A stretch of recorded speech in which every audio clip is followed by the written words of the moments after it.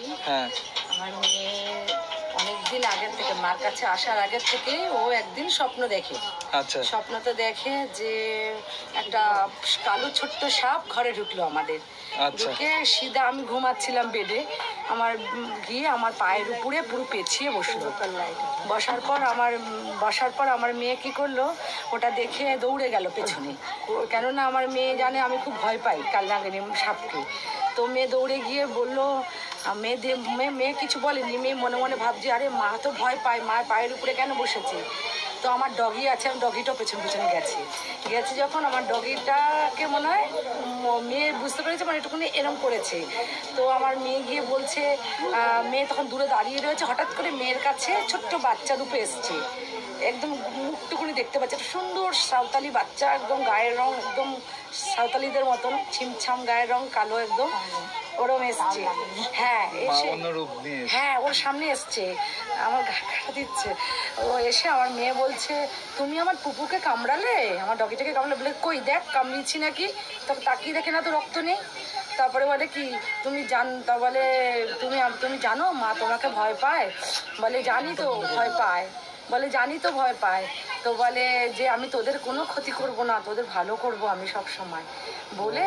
তখন মা আবার যখন বেরিয়ে যাচ্ছে, হ্যাঁ, যখন বাচ্চা মুখটা মানে নিচের টুকুনি দেখতে পাইনি, উপরটা শুধু দেখতে পাচ্ছে, মুখটাই খুব সুন্দর দেখতে নাকি, বাচ্চা বলছে 10-12 বছরে ওই কাল নাকি মা।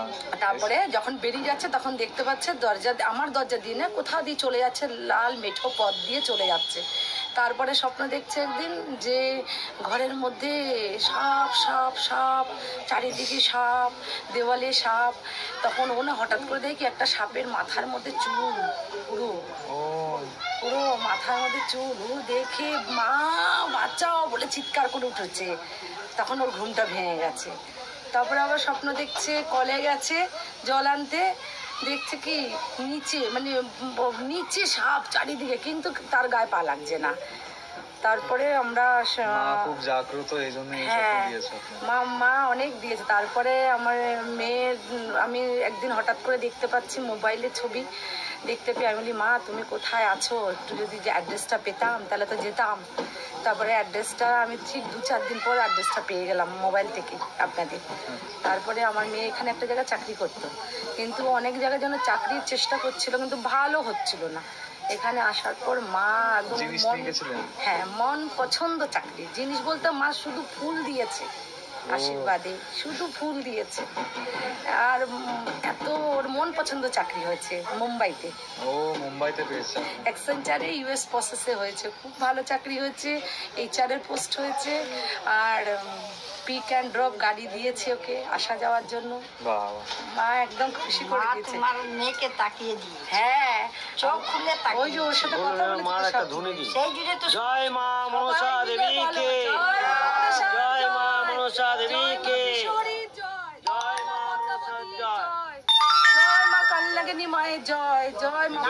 মেয়ের নাম বলো? শ্রেয়া বিশ্বাস আর কাশ্যপ গোত্র। শ্রেয়া বিশ্বাস। ও বলেছিল মাকে আমি সাজিয়ে দেবো, মা এটা মায়ের শাড়ি, এটা তোমার শাড়ি, মেয়ে পাঠিয়েছে। বলেছিল মাকে আমি সাজিয়ে। কি নাম? শ্রেয়া বিশ্বাস। শ্রেয়া বিশ্বাস। মা যেরকম শ্রেয়া বিশ্বাসের কাজ করেছে সব মেয়েদেরকে কাজ করবে, যেন মা পার্মানেন্ট হয়ে যাবে। আসলে মা আশীর্বাদ করে, মা আমি তোমাকে সাজার সামান পাঠিয়েছি, মা তুমি সাজবে, মা সব মেয়েদেরকে এমনি ভালোবাসো, মা সবাইকে চাকরি দাও, বাচ্চা দাও, সন্তান দাও, যার বোন চলে গেছে ওকে ফেরত করে দিই মা। আমার আরেক